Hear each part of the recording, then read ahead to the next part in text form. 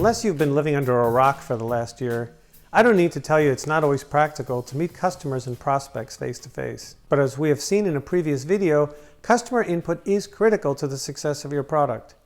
So what can you do when you can't be there in person? The easy answer, of course, is to set up a Zoom or a Microsoft Teams meeting, but that's not enough.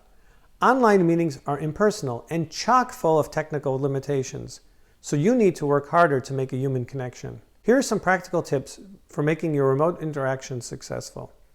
Define a context when setting up a meeting. State the benefits for the participants. Clarify who will be attending the meeting on both sides, what you expect your partner to prepare, who will be presenting, and how long the meeting will last. Enumerate the takeaways to highlight the value for participants. And remember to put yourself in your partner's shoes and always think, what's in it for me? If there are several people from your company in the meeting, try to get everyone in the same room so there are fewer squares on the virtual meeting wall. Use an appropriate virtual background. This is important so you can eliminate distractions and focus on the topic at hand. Have everyone on the team use the same background, perhaps a company or product logo for everyone, so it's clear who is from your company.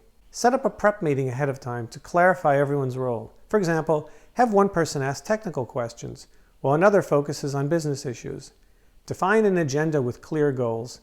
Pick a meeting leader so you don't have to end up talking over each other. Once on the meeting, don't skimp on small talk and introductions. It's important to understand everyone's role in the meeting.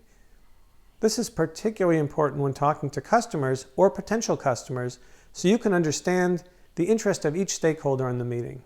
If you're showing slides or giving a demo when you're presenting, keep your window of meeting participants in view so you can gauge body language and facial expressions. Record the meeting so you can focus and don't get distracted by having to take notes. Explain to your partners why you want to record the meeting and get their permission ahead of time. Both Microsoft Teams and YouTube provide automated transcription tools so you can easily generate a transcript. While these tools aren't perfect and they don't identify who's speaking, they do provide huge time savings. And lastly, remember that what often works in face-to-face meetings won't work on a remote call. The audio latency, limited screen size, and technical limitations reduce how much information can be exchanged. So aim for less and focus on the main points. If you'd like to get additional insights, email me at the address listed below. Let's do it right the first time together.